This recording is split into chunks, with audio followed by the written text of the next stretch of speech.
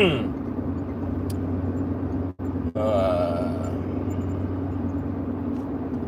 gotta bust a Huey on Collier Boulevard. Not an easy feat, especially with a F-350 dually. Not fun. Not fun. Some of these roads you find out last second you're not going to make the turn. You're just too big and the road's too narrow, and the physics is not in your favor. The geometry is not in your favor. That's just the way it is, and you gotta say, well, am I gonna roll over the curb and possibly damage my front end, or am I gonna risk backing this thing up on a major thoroughfare with old-timers who can't see very well,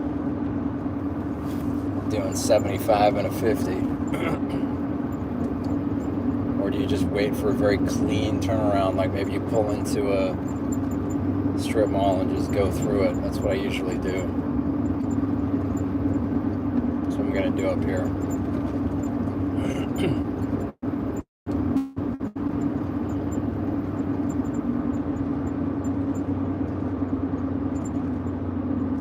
Joined the chat yet, so we'll see what happens. I'm just trying to get a little bit more streaming time in because I'm not going to have time to busk during the day today. I'm going to busk tonight, but I wanted to get a little time in with you guys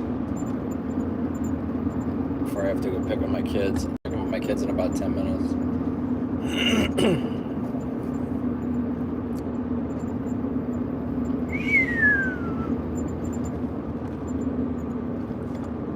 I got a like. A like but no watch. So interesting. Who's this phantom liker? Yeah, I'm gonna go through the Walmart here and just turn around. Oh man. Well, so I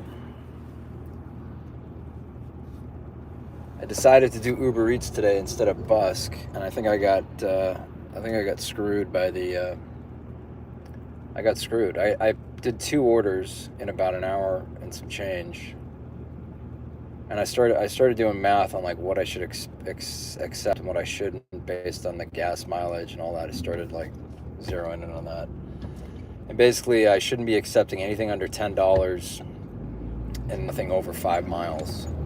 So the first one was $10 and it was 5 miles, so I nabbed it. And then the next one I got was $7, but it was like 3 miles, so I just grabbed it real quick.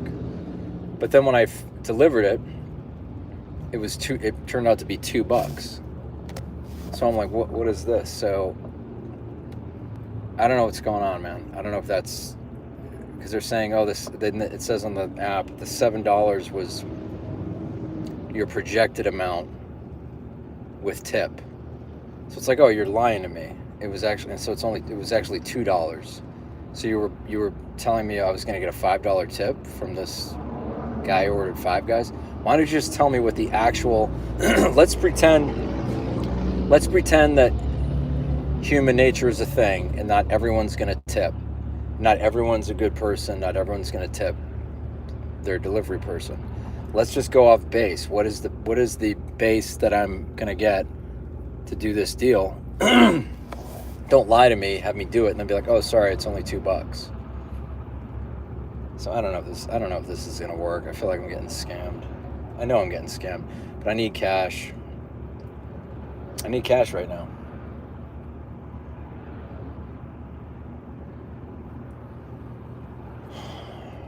Anyway, how are you guys doing? Good? Everyone cool? I'm going to jump on here for maybe 20 minutes. I'm going to go pick up my kids up from school. We're going to clean the rig a little bit. Then they're going to have a early movie night. I do screens only on Fridays now.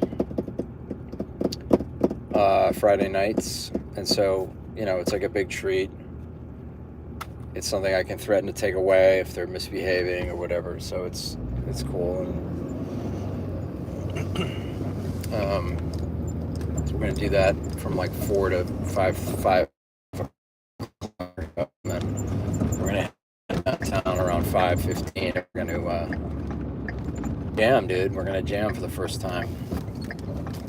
I don't know why I didn't do it earlier. I think I was sort of nervous about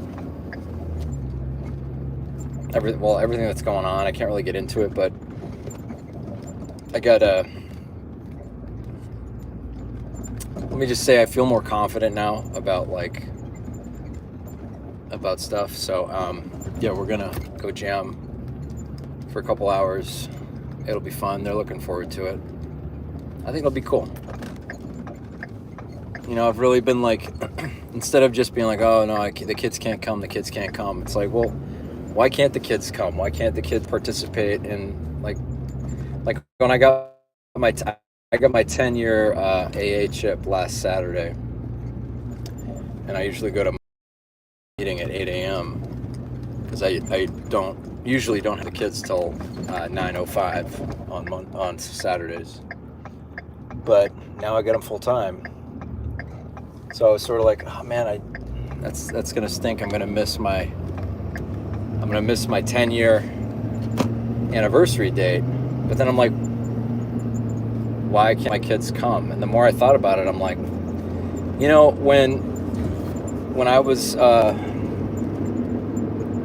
when the kids were real little, and you know, I was working like crazy. I was running my business. I was in total provider mode, total like husband, dad, everyone's happy. If everyone else is happy, I'm happy. Totally just denying my health, denying my creativity, denying my sanity, denying my intellectual growth. I was just a complete machine. So my kids have never seen me perform a play. I haven't been on stage performing a play since 2012. And I was on Broadway, I was off Broadway. I've done hundreds of plays all over the country, regional theater, a lot of classical theater, Shakespeare. I mean, I played like some of the great roles of Shakespeare. My kids have never seen me perform. They've seen me in like a little bit of stuff on movies. I can't really show them a lot of the movies I've done. Not that I've done a lot, but the stuff that I've done is pretty raunchy and it's violent and stuff. But they have seen me perform music and stuff. Anyway, I was like, you know what? I want my kids to see me doing things that I love, so that they, first of all, get to know me on a deeper level, understand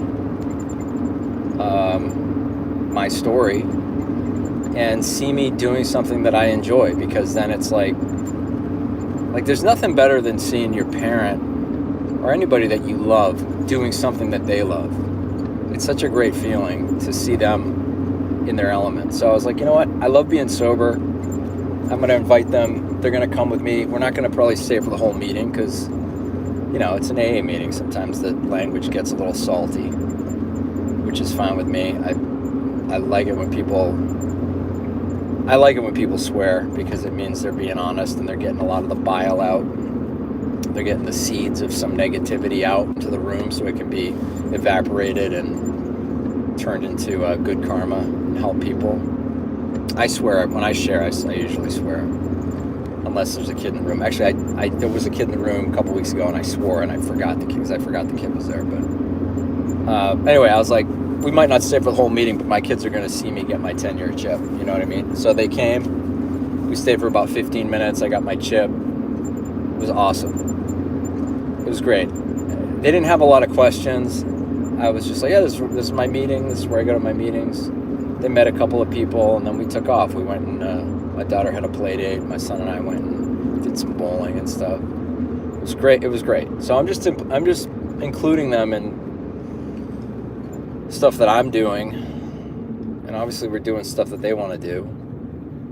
But they're excited. We're gonna play some music. Sometimes there's like, we've played music before. We've performed when we were in Oregon. We played. We did a couple of little shows. I got a feature spot in the Southern Oregon Songwriters Group in Oregon. What was that? Early 2025.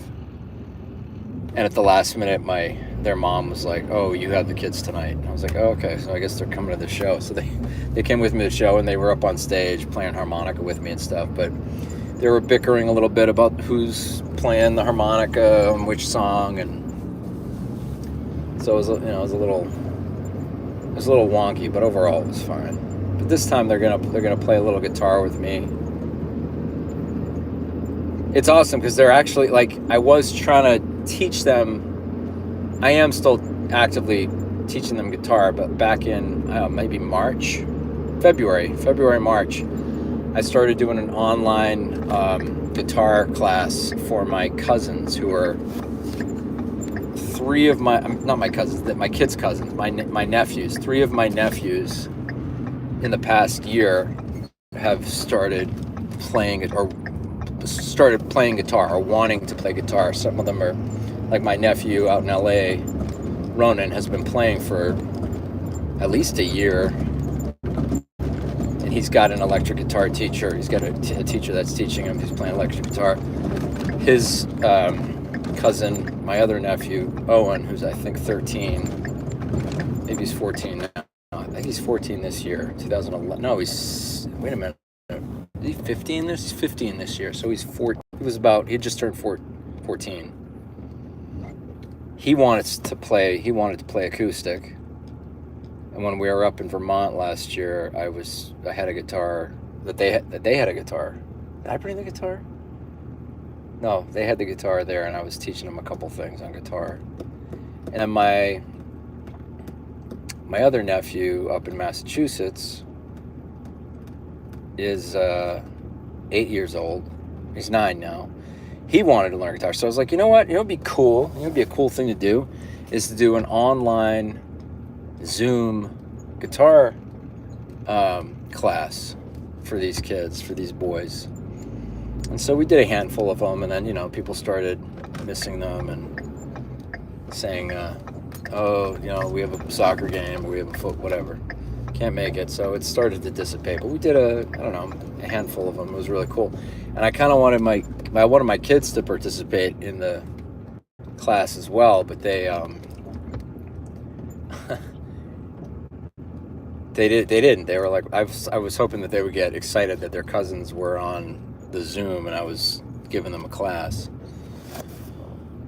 And it would make them want to play. But during that season in like March of this year, they didn't want to play guitar. I said, okay. So I didn't force it. I wasn't like, I didn't take it personally. And now, just organically, they're coming around full circle. They want to learn guitar. They want to play. And it's really cool because we're taking a little break from piano. We were doing piano all last year, and for financial reasons, we're taking a little break from the piano class. We'll come back to it. And now they want to play guitar, which is great because I can teach the guitar lessons to them for no charge. So we're gonna do that today. My goal is to teach them G chord, which they know. They know these three very important major chords: the G, the C, and the D. They know where their fingers go, but they have to they got to work on it. So I'm trying to tell them, like, when they have movie night, and I tell this to all guitar players, when they have a movie night or they sit in front of a TV passively, which they don't do very often at all, but when they do, put the guitar in your hands and just start playing it while you're distracted, so you're not super focused on it, so that you get muscle memory and you can kind of get a feel for it. And that's what helped me when I was learning guitar back in, I think my first class was 89.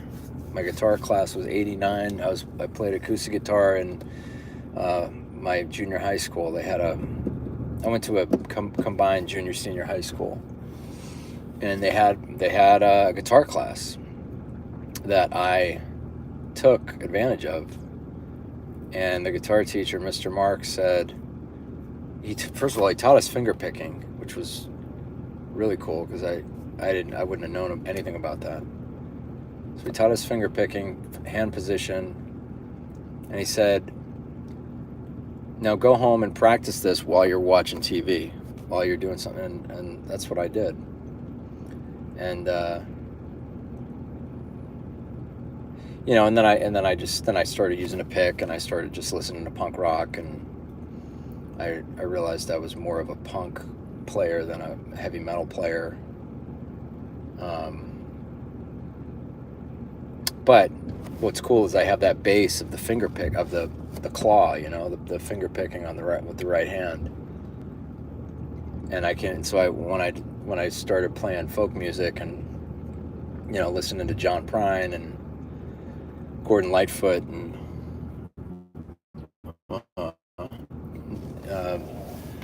Neil Young, although those two don't finger pick as much, but listening to folk music and getting into that vibe, or Leonard Cohen finger picks. I was like, oh yeah, I remember how to do this, and it was, you know, it took me a minute. I was a little shaky. I had like the shakes, especially when you when you go perform finger picking for the first time. My right hand was shaking uncontrollably. I'd never experienced anything like that. I've been playing guitar for decades, but when I removed the pick and I started doing the finger picking, the first few open mics I went to, and I was singing original music, so it's like, I don't know what I was so nervous about. It was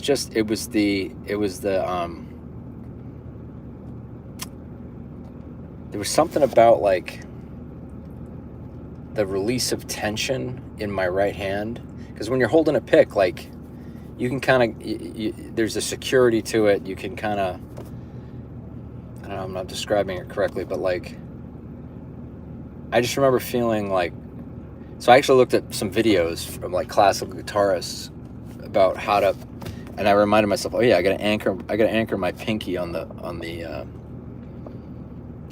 guitar, on the fretboard, not the fretboard, the pick guard. And so I do that, and sometimes I'll take it off and I'm okay, but like I always go back and just make sure. Now it's like I actually prefer finger picking. I would finger pick more often if I wasn't playing outside without amplification, because, you know, let me put this up here. Without amplification, it's really hard to hear what you're doing. That's not gonna work. Forget it. So like, but if people request certain songs and they're close to me, I'll play like I'll finger pick, and it sounds really cool. It's nice and intimate. Yeah, I like finger picking a lot, and I've started finger picking more. Like, even when I haven't played electric in a minute. I gotta get my electric out and start jamming, because I'm supposed to be doing a reunion show with my band, and thanks to in November. I don't know if that's gonna happen, but we'll see. But even when I play electric now, I'm playing with my fingers. Just cool. It's just got a deep twang to it. It's like, it's gnarly. I like it. All right, I'm about to pick up my kiddos. I'm going to jump off the stream. Hey, if you guys are digging the stream, digging the channel, please give me a follow. I'm trying to get up to 500 followers ASAP, so we can start doing something cool with this channel. I talk about music. I talk about literature, art, spirituality, sobriety, being a dad, being a divorcee, being a single guy, being a committed single person, like no desire for a new relationship. Like, I'm good.